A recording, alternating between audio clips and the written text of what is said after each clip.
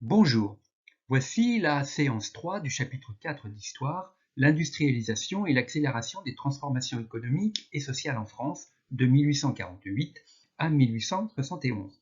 Je vous rappelle que lors des deux séances précédentes, vous avez pu étudier la première partie, la diffusion de l'industrialisation en France, avec en premier point des bouleversements techniques, puis la révolution des transports, et enfin, en troisième point, des villes en forte croissance, et vous avez réalisé un exercice sur le Paris d'Haussmann.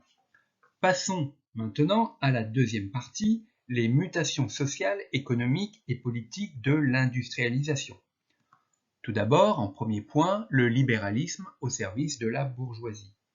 Première idée, une volonté politique. Le libéralisme s'impose au cours de la seconde moitié du XIXe siècle en France, sous la monarchie de Juillet et sous le Second Empire, comme vous avez pu le voir dans les chapitres précédents. Je vous rappelle que le libéralisme économique est une doctrine qui revendique la liberté d'entreprendre et de commercer, et donc que l'État intervient le moins possible dans l'économie. Il facilite les activités commerciales, financières et industrielles des chefs d'entreprise, comme les frères Pereire. Vous allez réaliser un exercice d'ailleurs sur les frères Pereire, des acteurs de la modernisation économique. Alors, je vous présente les différents documents et les questions auxquelles vous allez répondre.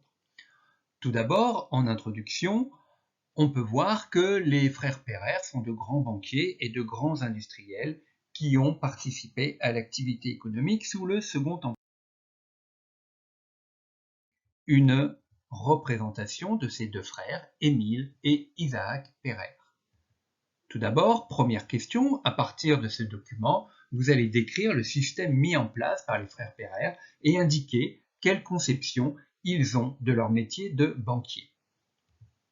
Puis, dans une deuxième question, vous allez chercher sur Internet ce qu'est le crédit et vous expliquerez en quoi le crédit immobilier créé par les frères Pereire est différent d'une banque familiale comme celle des Rothschild. Troisième question, vous qualifierez la vision du progrès technique présentée par Isaac Pereire dans ce texte.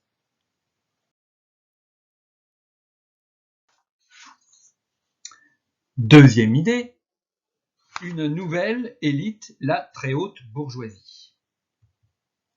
Les entrepreneurs comme James de Rothschild, Eugène Schneider, qui est le propriétaire de la sidérurgie qui se trouve au Creusot, et ainsi que les frères Pereire, sont des chefs d'entreprise qui ont investi dans les domaines des transports, chemin de fer, transport maritime, le commerce, la sidérurgie, mais aussi d'autres grands industriels dans les mines de charbon.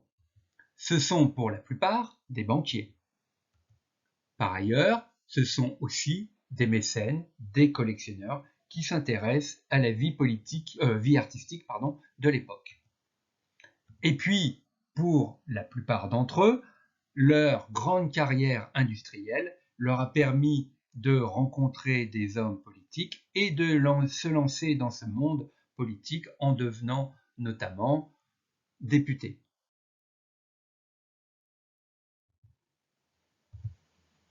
Voyons maintenant la petite bourgeoisie des villes.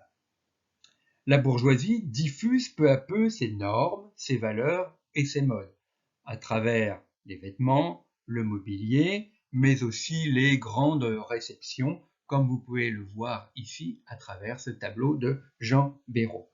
À Paris, cette bourgeoisie occupe les immeubles haussmanniens, les grands boulevards et les grands magasins. Elle contribue au développement de la presse écrite. Le Temps, que vous voyez ici, journal républicain et libéral lancé en 1861, devient son porte-parole. S'impose dans la littérature, notamment dans les romans de Balzac et de Zola, et ici vous pouvez voir donc une représentation de l'escalier du Bon Marché, le magasin parisien, qui a inspiré Zola pour son roman Au bonheur des dames. Dans les caricatures, exemple, une caricature d'Honoré Daumier que je vous laisse regarder un instant. Voilà, la séance de ce chapitre est terminée.